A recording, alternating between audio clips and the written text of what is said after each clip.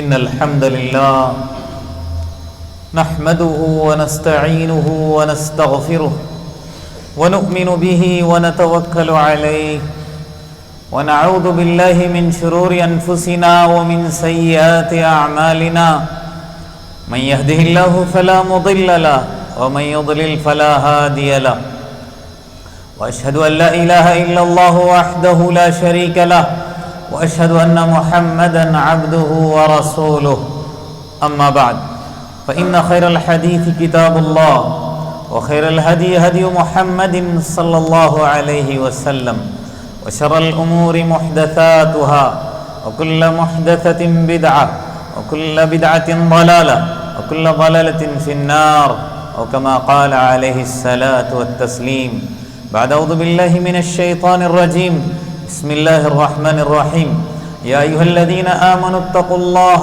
حق تقاته ولا تموتن إلا وأنتم مسلمون يا أيها الناس اتقوا ربكم الذي خلقكم من نفس واحدة وخلق منها زوجها وبث منهما رجالا كثيرا ونساء واتقوا الله الذي تساءلون به والأرحام إن الله كان عليكم رقيبا يا أيها الذين آمنوا اتقوا الله وقولوا قولا سديدا يصلح لكم أعمالكم ويغفر لكم ذنوبكم ومن يطع الله ورسوله فقد فاز فوزا عظيما وقال الله تبارك وتعالى في موضع آخر والذين يؤذون المؤمنين والمؤمنات بغير ما اكتسبوا فقد احتملوا بهتانا وإثما مبينا رب اشرح لي صدري ويسر لي أمري واحلل عقدة من لساني يفقهوا قولي ربي زدني علما سبحانك لا علم لنا إلا ما علمتنا إنك أنت العليم الحكيم حاضرین جمعہ، پردہ نشین خواتین اور میرے پیارے پھول جیسے بچوں، تمام قسم کی حمد، بڑائی، بزرگی، تعریف اللہ وحدہ لا شریک کے لیے ہی لائق اور زیبا ہے۔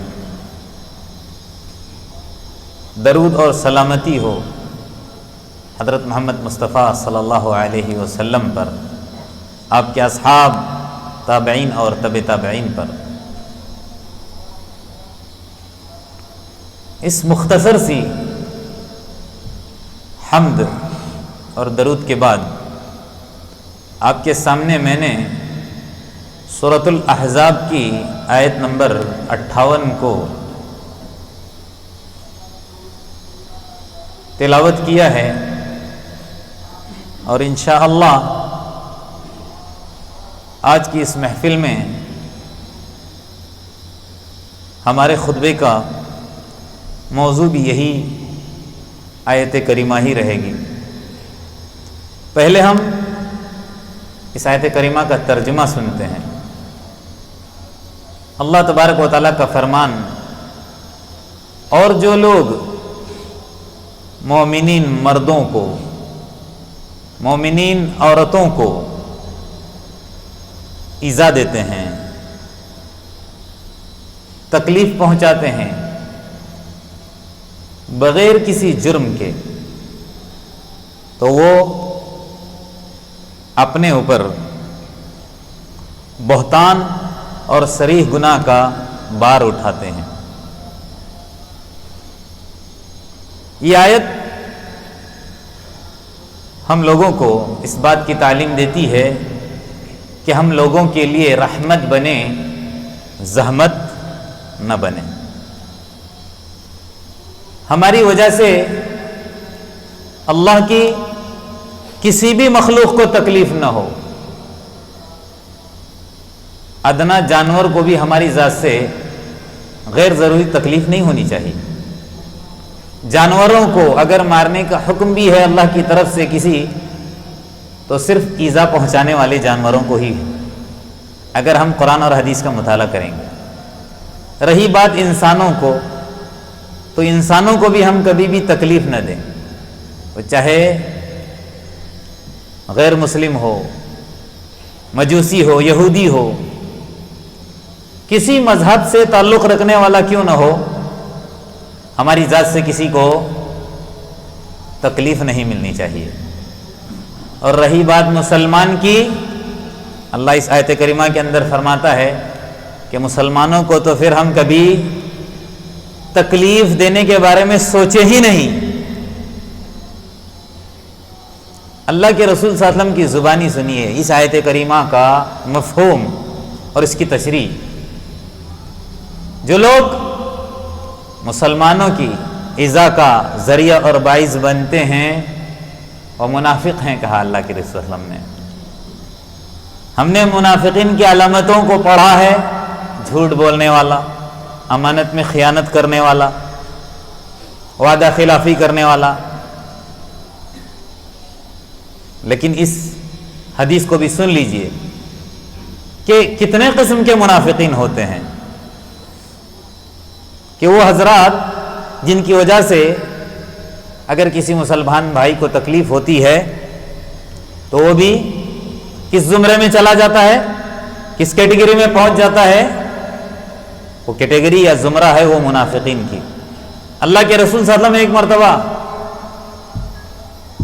تمام لوگوں سے مخاطب ہوتے ہوئے فرمایا، یا معاشر، اے جماعت، من آمن بلسانہ، جو اپنے زبان سے مسلمان ہوئی ہے، ایمان لائی ہے، ولم یؤمن بقلبہ، دل سے مومن نہیں ہوئی ہے، لا تؤذوا المسلمین، کہ مسلمانوں کو تکلیف نہ دینا۔ کیا مطلب ہے اس کا؟ زبان سے اسلام کا اقرار کرنے والے، دل سے نہ ماننے والے سوائے منافق کے کوئی اور ہو ہی نہیں سکتا۔ اور ان سے مخاطب ہوتے ہوئے اللہ کے رسول صلی اللہ علیہ وسلم نے کیا فرمایا کہ مسلمانوں کو تکلیف مت دینا، یعنی جو مسلمانوں کی ایذا اور تکلیف اور ان کی زحمت کا باعث اور ذریعہ یا سبب بنتے ہیں، لہذا کیا ہیں؟ منافق۔ میں نہیں کہہ رہا ہوں، اللہ کے رسول صلی اللہ علیہ وسلم کی زبانی ہے، اللہ کے رسول صلی اللہ علیہ وسلم نے فرمایا کہ وہ انسان منافق ہے۔ اب ہم اپنے اوپر غور کریں کہ ہماری وجہ سے لوگوں کا فائدہ ہوتا ہے یا نقصان، یا ہماری وجہ سے کسی کو تکلیف ہوتی ہے یا ہم سے خوش، یہ ہم کو اپنے اخلاق کے اوپر نگاہ دوڑانی پڑے گی، اپنے گریبانوں کو جھانکنا پڑے گا۔ کسی کے اوپر الزام لگا کے، کسی کے اوپر بلیم کر کے کسی کو قصوروار ٹھہرانے کی ضرورت نہیں۔ آج ہم صرف اپنی طرف دیکھیں۔ اللہ کے رسول صلی اللہ علیہ وسلم نے مسلمان کس کو کہا ہے؟ کون ہے مسلمان؟ اس کی صفات کیا ہیں؟ اللہ کے رسول صلی اللہ علیہ وسلم نے کیا فرمایا؟ المسلم من سلم المسلمون من لسانہ ویدہ، مسلمان وہ ہے کہ جس کی زبان اور جس کے ہاتھ سے سامنے والا محفوظ رہے۔ اب کسی بھی ٹائپ کی تکلیف ہو، ہاتھ سے زیادہ آدمی زبان سے تکلیف دیتا ہے۔ بعض انسان ایسے چرب زبان اور ایسی تلخ زبان والے ہوتے ہیں کہ ان کی زبان سے جو کلمات نکلتے ہیں سامنے والوں کے دل کے ٹکڑے ٹکڑے، ان کا دل کا ریزہ ریزہ ہو جاتا ہے۔ اور ہاتھ کا لگا گھاؤ یا زخم بھر سکتا ہے، لیکن دل کے اوپر جو زخم دیتے ہیں ہم، وہ گھاؤ اور وہ زخم بھرنا مشکل ہے، وہ دراڑیں بھرتی نہیں ہیں۔ یوں آپ مثال لگا سکتے ہیں، سمجھا سکتے ہیں مثال کے طور پر، آئینہ جب ٹوٹتا ہے تب اس کو جوڑیں گے تو وہ لکیر ہمیشہ باقی رہتی ہے، جوڑ تو جاتا ہے لیکن دراڑ رہتی ہے۔ ایسے ہی کہ جو زبان کی تکلیف ہوتی ہے بہت ہی خطرناک ہوتی ہے۔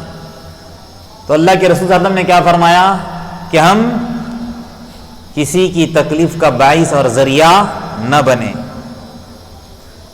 ہمارے اوپر تمام مسلمانوں کی عزت، ان کی آبرو، ان کے مال اور ان کی جان کی حفاظت لازم اور ضروری ہے۔ ان کی جان کو نقصان پہنچانا ان کے مال کو نقصان پہنچانا، ان کی عزت اور آبرو کو نقصان پہنچانا یہ حرام ہے۔ وہ سب ہمارے نزدیک کیا ہے؟ محترم ہے۔ مسلمان کی جان، مسلمان کا مال اور مسلمان کی عزت و آبرو۔ اللہ کے رسول نے کیا فرمایا؟ کل المسلم علی المسلم حرام، ہر ایک مسلمان کا مسلمان کے اوپر حرام ہے۔ کیا؟ اس کا خون بہانا، اس کا مال ہڑپ کرنا، اس کی عزت اور آبرو کے اوپر حملہ کرنا۔ اب جان نکالنے کی تو کوئی سوچتا نہیں، لیکن مال اور عرض کے بارے میں ہم توجہ نہیں دیتے۔ مال ہڑپ کرنے سے کیا مطلب ہے؟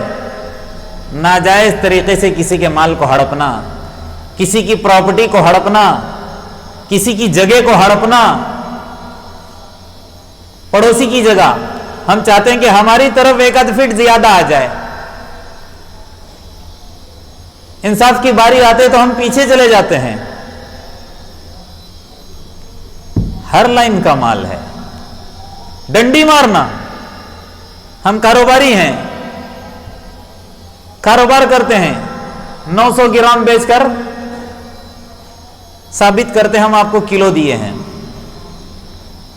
ایسی ڈنڈی دکھاتی ہیں کہ 100 گرام آپ کو زیادہ دیا ہے، گھر جانے کے بعد محسوس ہوتا ہے کہ 100 گرام ہم کم لے کے آئے ہیں۔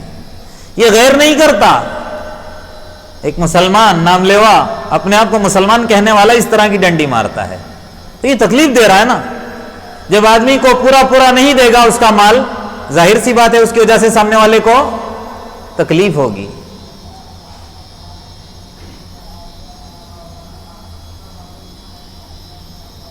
اور اس کی عزت اور اس کی آبرو کیسے اس کی ہم اچھالتے ہیں بھرے بازار کے اندر۔ اگر ہمارا کسی کے ساتھ لین دین اور معاملہ بھی ہے، انفرادی حل کیا کریں۔ ہم کوئی کسر باقی نہیں رکھتے سامنے والے کو نیچا کرنے کے لیے۔ جہاں 4 آدمی جمع ہو جاتے ہیں، فوراً جو معاملہ ہمارا اس کے ساتھ ہے وہ سب کے سامنے سنا دیتے ہیں۔ ارے جب ہم برداشت نہیں کر سکتے سامنے والے کی تکلیف، جب ہمارا اس کے ساتھ بن نہیں سکتا معاملہ، تو ہم نہ کریں۔ یہ نہیں کہ اس کے ساتھ معاملہ کر کے پھر ہم موقع تلاشتے رہیں کہ کب اور کس موقع پر اس کو ذلیل کریں۔ کیونکہ اللہ تبارک و تعالیٰ نے قرآن پاک کے اندر 2 جگہ کے اندر 2 سورتوں کو ویل سے شروع کیا ہے۔ یہ ویل کیا ہے؟ پہلے ہم اس کو سمجھتے ہیں۔ ابن عباس رضی اللہ عنہما ویل کی تشریح کرتے ہوئے فرماتے ہیں، الویل واد فی جہنم۔ ویل کیا ہے؟ جہنم کے اندر کی ایک وادی کا نام ہے۔ اور ویل کے معنی بھی کیا آتے ہیں؟ ہلاکت۔ اب جو جہنم میں پہنچ گیا، اللہ ہماری حفاظت فرمائے، وہ ظاہر سی بات ہے وہ ہلاک ہی ہے، وہ کہاں بچ سکتا ہے؟ تو 2 صورتوں کو ابتدا کیا ہے، شروع کیا ہے ویل سے۔ اس میں سے ایک ویل للمطففین، ناپ تول کے اندر کمی کرنے والے، 950 کو کلو کر کے پیش کرنے والے، 900 کو کلو کر کے پیش کرنے والے، 9 کلو کو 10 کلو کر کے پیش کرنے والے، یہ ہیں ڈنڈی مارنے والے۔ ویل ان کے لیے ٹھکانہ کہاں ہے؟ جہنم میں۔ ویل للمطففین۔ ابھی میں نے ویل المطففین کی تشریح تفسیر کے اندر دیکھی تو یہ ابن ماجہ کی ایک روایت سامنے آ گئی۔ اللہ کے رسول صلی اللہ علیہ وسلم فرماتے ہیں کہ جو ناپ اور تول کے اندر کمی کرتے ہیں، اللہ ان کے اوپر قحط سالی کو مسلط کرتا ہے۔ دوسری بات، ظالم حکمراں کو مسلط کرتا ہے۔ اب دیکھ لو ہم کس کی حکومت کے اندر ہیں۔ ہر طرح سے ہم مارے جا رہے ہیں، ہر طرح سے ہم دبوئے جا رہے ہیں، ہر طرح کی ہم کو تکلیف ہے مسلمانوں کو، لیکن کبھی ہم نے غور کیا کہ ایسے ظالم حکمراں ہمارے اوپر مسلط کیوں؟ وجہ یہی ہے کہ ہم نام لیوا مسلمان ہو کر کاروبار ہی اس طرح کا کرتے ہیں کہ سامنے والے کو تکلیف دیتے ہیں، جس سے اللہ ناراض ہوتا ہے اور اس طرح کے عذابات ہمارے اوپر مسلط کرتا ہے۔ اور دوسری صورت ویل لکل ہمزۃ لمزہ، ہر ایک کے عیب کو ٹٹولتے پھرنا یا پیٹ پیچھے غیبت کرنا. یہ ہمزہ لمزہ، حمز اور لمز، اس کی بھی تشریح کرتے ہوئے فرماتے ہیں حمز کے معنی آنکھوں کے ذریعے سے، ہاتھوں کے ذریعے سے تکلیف دینا ہے اشارہ کر کر کے، اور لمز کے معنی اپنی زبان سے سامنے والے کو تکلیف دینا ہے. پچھلے نہیں اس سے پہلے والے خطبے میں بات سامنے آ گئی تھی نا کہ لوگوں میں سب سے زیادہ نفع بخش کون ہے؟ جو لوگوں کے لیے نفع بخش ہو، لوگوں کو فائدہ دینے والا ہو. تو اللہ کے رسول صلی اللہ علیہ وسلم نے کیا فرمایا کہ ہم اپنی ذات سے کسی کو تکلیف نہ دیں یا کسی کی تکلیف کا ذریعہ اور باعث نہ بنیں. اسلام کا مطالعہ کریں گے، حقیقت میں اتنی پیاری تعلیمات ہم کو ملتی ہیں کہ جتنا بھی غور کریں گے کم ہے. یہ روایت سن لیجیے اللہ کے رسول صلی اللہ علیہ وسلم کی، کتنی پیاری حدیث ہے. اللہ کے رسول صلی اللہ علیہ وسلم نے فرمایا اذا کنتم ثلاثہ، یہ اسلامی تعلیمات ہے، جب تم 3 آدمی ہو فلا یتناجا اثنان دون الاخر، ایک کو چھوڑ کر 2 آپس میں کانافوسی نہ کریں. خصوصاً میں اپنی برادری کو لیتا ہوں. اب ہماری زبان کون سی ہے؟ نوایتی زبان ہے. ہمارے ساتھ کہیں اور جگہ کا آدمی ہمارے ساتھ سفر کر رہا ہے، دوست ہی ہے ہمارا، قریبی ہے، 2 نوایتی ایک جگہ ہیں اور ایک دوسری زبان بولنے والا، مثال کے طور پر کنڑا بولنے والا لے لو، ملیالم بولنے والا لے لو.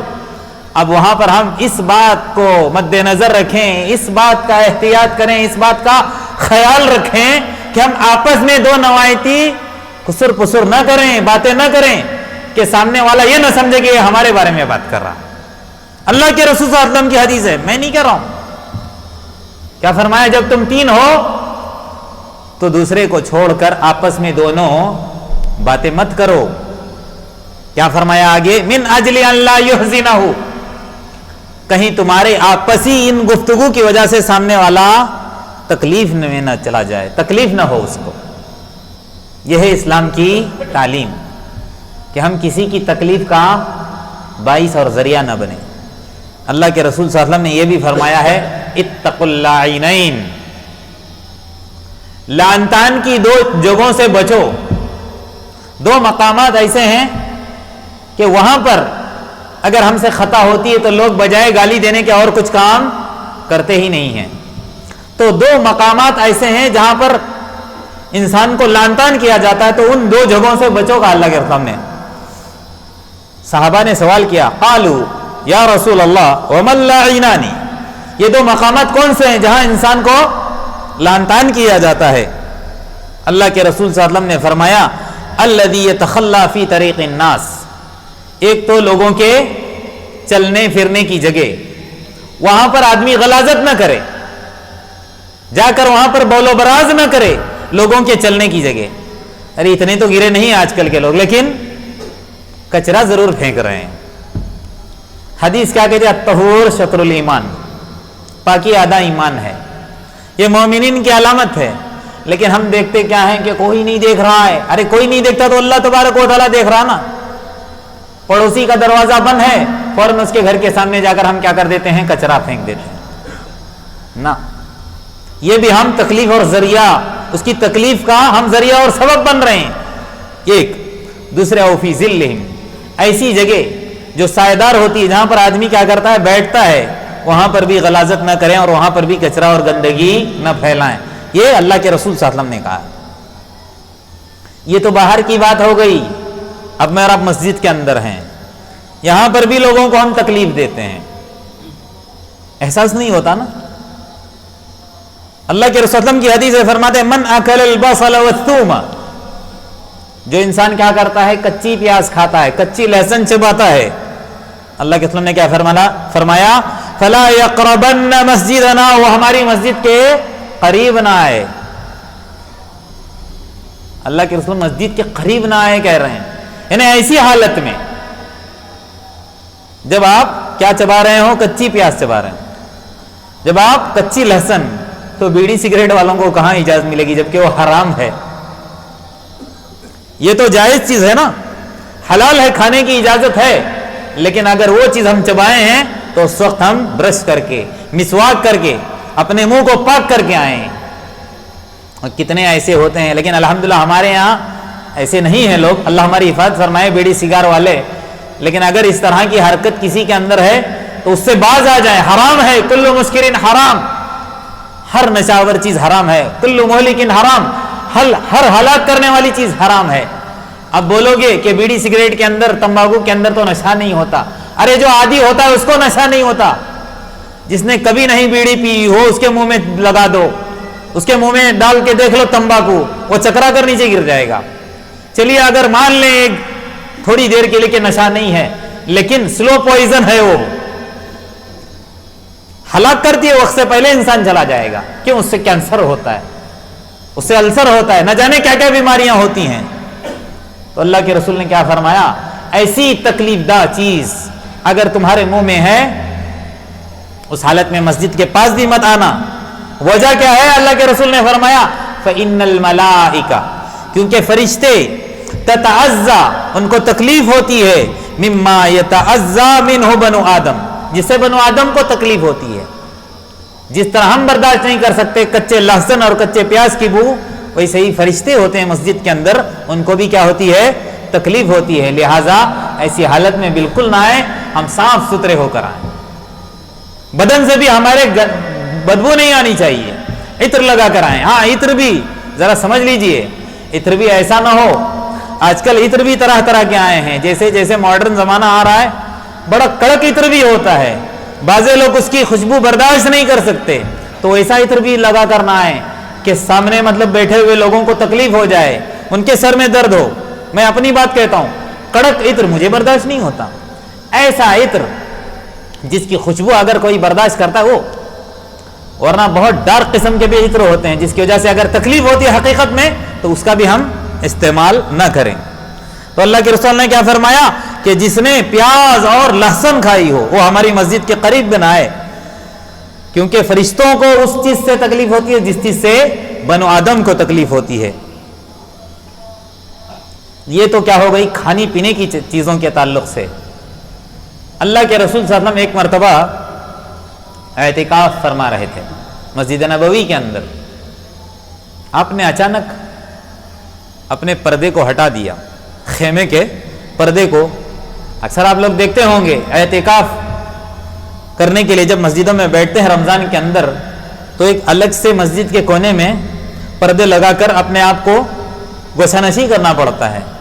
یہ نہیں کہ بالکل کھلا سا رکھیں، سونے کے لیے سائڈ میں ہونا پڑتا ہے۔ تو اللہ کے رسول کے زمانے میں بھی اس طرح ہوتا تھا۔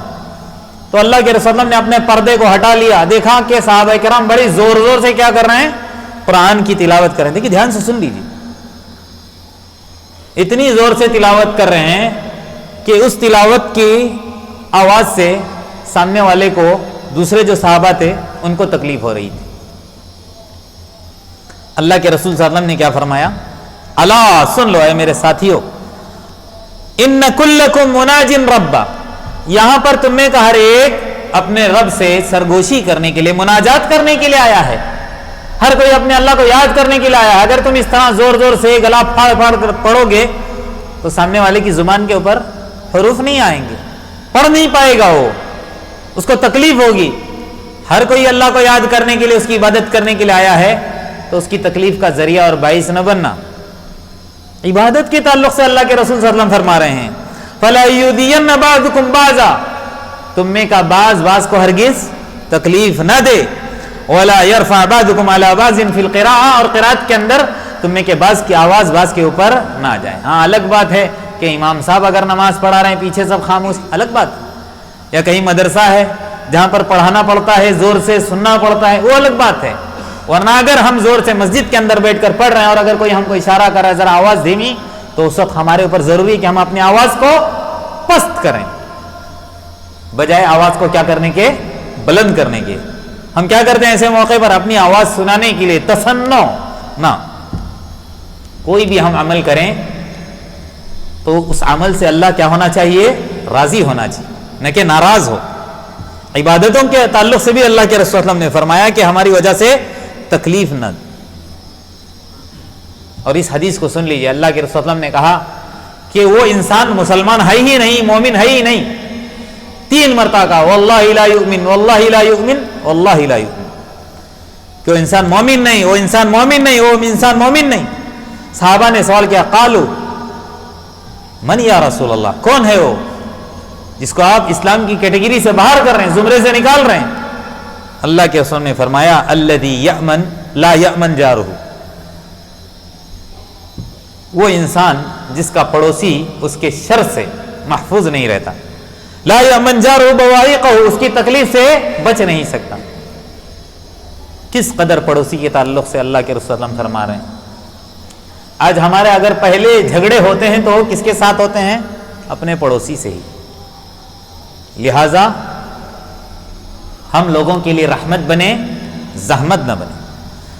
اللہ کے رسول صلی اللہ علیہ وسلم کے پاس ایک خاتون کا تذکرہ ہوا، اور خاتون بھی کیسی پتہ ہے؟ بڑی عبادت گزار، بڑی اللہ والی، خوب روزے رکھنے والی، خوب اللہ کو یاد کرنے والی، تقیہ نقیہ سب کچھ کہہ سکتے ہیں آپ اس کو، لیکن لکنھا تؤذی بلسانھا، لیکن زبان اس کی بڑی کڑک، تلخ سنانے والی، اپنی زبان سے لوگوں کو بڑی تکلیف دیتی ہے۔ اللہ کے رسول صلی اللہ علیہ وسلم نے فرمایا لا خیر فیہا، اتنی عبادت کرنے کے باوجود بھی کیا فرمایا؟ اس کے اندر کچھ بھی بھلائی نہیں ہے۔ کون ہے نمازی، کون ہے روزہ رکھنے والی، لیکن زبان اس کی صحیح نہیں ہے، گالی گلوچ کرنے والی۔ اللہ کے رسول صلی اللہ علیہ وسلم نے فرمایا لا خیر فیہا، اس کے اندر خیر نہیں ہے۔ ہی فی النار، کہا وہ کہاں رہے گی؟ جہنم کے اندر، اللہ حفاظت فرمائے۔ تو کس قدر ہم کو اپنی زبان کو قابو میں رکھنا ہوگا۔ اور اللہ کے رسول نے فرمایا بھی ہے نا، زبان اور شرمگاہ، 2 باتوں کی تم ضمانت لے لو، میں اپنی ذمہ داری پر تم کو کہاں؟ جنت لے کے جاؤں۔ لہٰذا ہماری عبادتیں بھی کچھ کام نہیں آئیں گی اگر ہماری وجہ سے سامنے والے کو تکلیف ہوگی۔ جتنا ہو سکے ہم لوگوں کے لیے رحمت بنے۔ اگر ہم تکلیف کا باعث بن رہے ہیں، کل کو ہمارا حشر مفلسوں کے ساتھ ہوگا۔ مفلس کے معنی تو ہم سمجھتے ہیں کہ جس کے پاس پیسہ اور دولت نہیں ہے، لیکن اللہ کے رسول نے حدیث کے اندر کیا فرمایا؟ کل کو قیامت کے دن مفلس کون ہوگا؟ جس کے پاس اعمال تو ڈھیر سارے ہوں گے، لیکن کسی کو گالی دیا ہوگا، کسی کا ناحق مال کھایا ہوگا، کسی کے ساتھ لین دین کے اندر کمی بیشی کی ہوگی، ہر طرح کا کبیرہ گناہ اس نے کیا ہوگا۔ اب وہاں پر کیا ہوگا؟ ڈھیر سارے روزے ہم نے رکھے، ڈھیر ساری تلاوت ہم نے کی، نمازیں نوافل سب کچھ پڑھ، اب معاملہ کیا ہوگا؟ ہماری نیکیاں ان لوگوں کو دی جائیں گی۔ اور حد تو یہ ہے، نیکیاں اگر ہماری ختم ہو گئی پھر بھی ہمارا حساب کتاب باقی رہا تو سامنے والے کی جتنی بھی برائیاں ہیں، جتنے بھی گناہ ہیں، ہمارے اوپر لاد دیے جائیں گے۔ اللہ ہماری حفاظت فرمائے۔ تو ہم لوگوں کے لیے باعث رحمت بنے، زحمت نہ بنے۔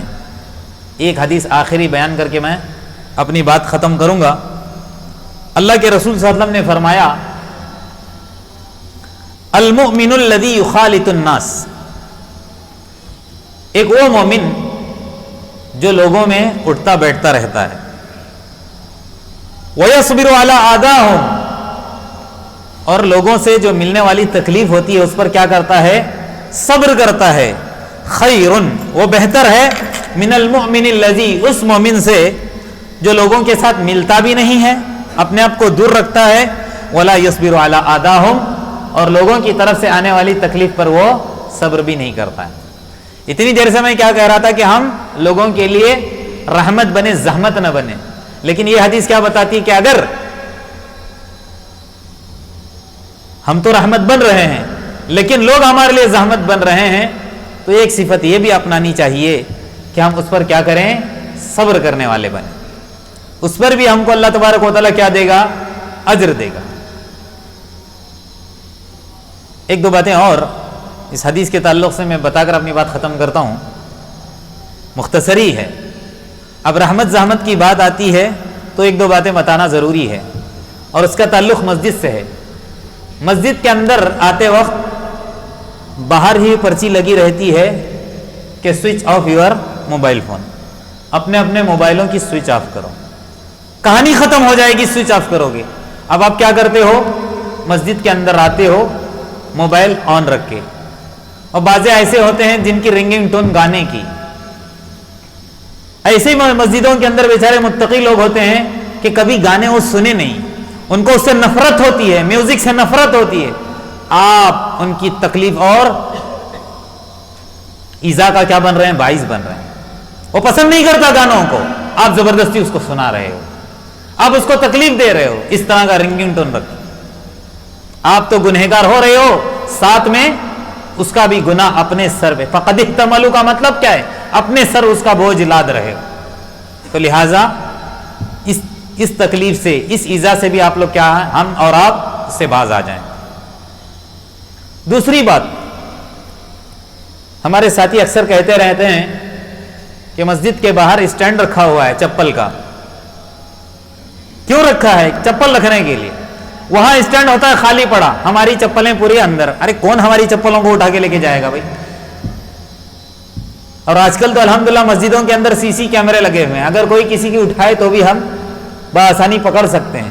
لہٰذا چپل باہر ہی رکھ کر آئیں، اندر لے کے آؤ گے تکلیف ہوگی، خصوصاً جمعہ کے دن آپ کی چپلیں ادھر ادھر پھرتی رہتی ہیں، نہ جانے کیا کیا غلاظت آپ کی چپلوں میں لگی ہوگی۔ تو لہٰذا ہم کیا کریں؟ اس سے بھی باز آ جائیں، اپنی چپلوں کو باہر رکھیں۔ پارکنگ کے معاملے میں بھی احتیاط کریں۔ جلدی جلدی میں لوگ راستے میں روڈ پہ ہی کیا ہے گاڑی پارک کر کے آ جاتے ہیں، اس سے بھی لوگوں کو تکلیف ہوتی ہے۔